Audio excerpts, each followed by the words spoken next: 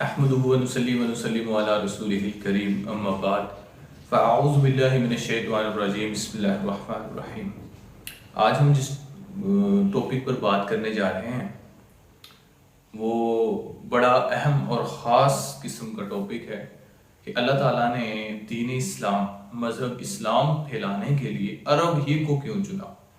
اس وقت کیسر و کسریٰ کی بڑی بڑی ایران اور روم کی سلطنتیں موجود تھیں اور بھی بہت سے ممالک موجود تھے، لیکن اللہ تعالیٰ نے عرب کو کیوں چنا؟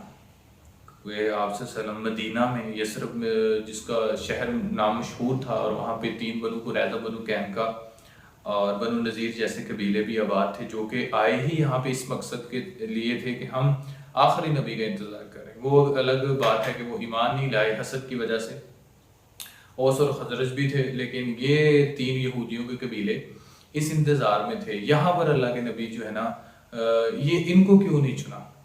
یہ منافق ہی رہے مکمل اسلام کی ہسٹری میں اگر ہم دیکھتے ہیں تو اس ویڈیو پر انشاءاللہ اس کے جوابات جو ہے نا اس کے اوپر آج ہم انشاءاللہ بات کریں گے۔ ویڈیو بہت اہم ہے، ویڈیو کو آخر تک ضرور دیکھیں۔ سب سے پہلی چیز، عرب جو تھے نا ان کے حافظے بہت تیز تھے، ٹھیک ہے۔ سب سے پہلی چیز، کسی بھی یہ لکھنا پڑھنا تو نہیں جانتے تھے، لیکن ہر چیز کو یاد کرنا بڑا ہی اہم۔ تو ایک بندہ دعوت دین کا کام اگر کسی سے لینا ہے تو اس کے اندر بہت اہم چیز ہوتی ہے کہ وہ آگے پھیلانے، حافظہ بہت زیادہ اس کا ضروری ہے، کیونکہ قرآن مجید لکھا تو نہیں جا رہا تھا، ان کے ذہنوں میں محفوظ تھا۔ تو ان سے زیادہ اگر حافظے میں ہم دیکھتے ہیں لوگ تو ہمیں نہیں ملتے، عرب کے حافظے بڑے تیز تھے، پہلی چیز۔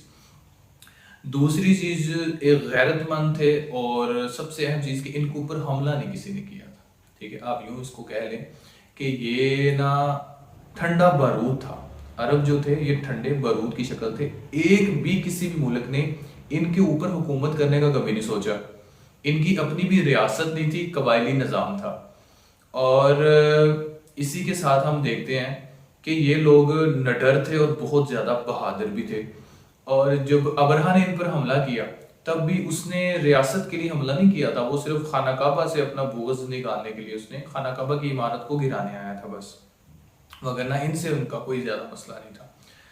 اور اس کے ساتھ ہم ایک اور چیز جو بہت اہم ہے وہ دیکھتے ہیں کہ عرب کو اللہ تعالیٰ نے کیوں چنا، کیونکہ یہ ایک پھل ایسا تھا جو ابھی ہرا تھا، پکنے والا تھا، پکا نہیں تھا۔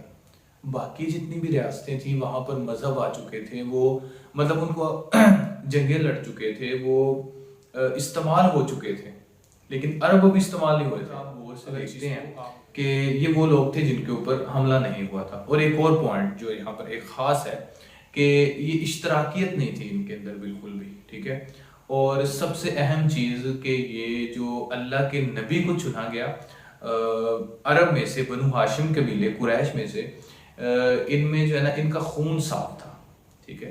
اور یہ بہت امپورٹنٹ چیز ہوتی ہے دین اسلام کو پھیلانے کے لیے، کیونکہ خون صاف ہو اور خون ایک ہو، وہ متحد ہوتا ہے، بہت زیادہ آپس میں یونٹی اور اتحاد بڑا ہوتا ہے۔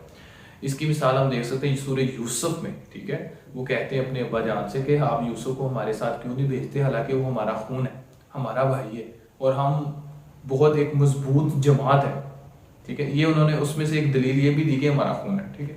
تو خون جو ہے نا وہ آپس میں یونٹی اور اتحاد پہ ہوتا ہے، تو یہ خون ایک تھا اور صاف تھا۔ آپ صلی اللہ علیہ وسلم نے فرمایا، آپ صلی اللہ علیہ وسلم کی حدیث ہے کہ میرے اوپر تک نسب جتنا بھی ہے نا اس میں سارے نکاح ہیں، ایک بھی زنا نہیں ہے، کسی کا بھی حرام شادی نہیں، سب نے نکاح کے ساتھ شادی کی، ایک بھی حرام شادی نہیں ہے۔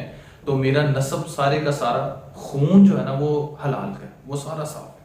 یہ بھی ایک اہم وجہ تھی کہ اللہ تعالیٰ نے عرب کے اندر قرآن مجید کو نازل کیا اور عرب کے ذمے دعوت کا کام لگایا۔ سارے کے سارے عرب، وہ صحابی، وہ جتنے بھی، جیسے مصعب بن عمیر تھے، تو پھر انہوں نے دین کا کام ایسے کیا کہ آپ نے پڑھا گا مصعب بن عمیر نے جب جا کے مدینے میں دین کا کام کیا تو ہر گھر میں کم سے کم ایک ایک فرد اسلام قبول کر چکا تھا۔ یہ دعوت کا اثر نکلا، پھر یہ اس کا ریئیکشن آپ سمجھ لیں۔ تو یہ وہ وجوہات تھیں جن کی وجہ سے اللہ تعالیٰ نے عرب کو چنا۔ اور باقی سارے اگر باقی ملکوں کو اس وقت دیکھتے ہیں تو چلے ہوئے کارتوس کی طرح تھے، لیکن یہ عرب تھے جو ایک ٹھنڈے بارود کی طرح تھے۔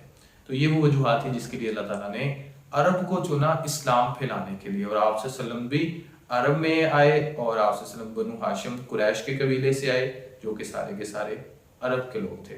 انشاءاللہ نیکسٹ ویڈیو میں اچھے سے ٹاپک پہ آپ سے بات کریں گے. اگر آپ کو ویڈیو اچھی لگی ہمارے چینل کو سبسکرائب ضرور کر لیجئے. اپنی رائے کا اظہار ہمیں کمنٹ باکس میں کیجیے اور اپنے ارد گرد کے ساتھ خاص خیال رکھیں. السلام علیکم ورحمۃ اللہ. اللہ حافظ.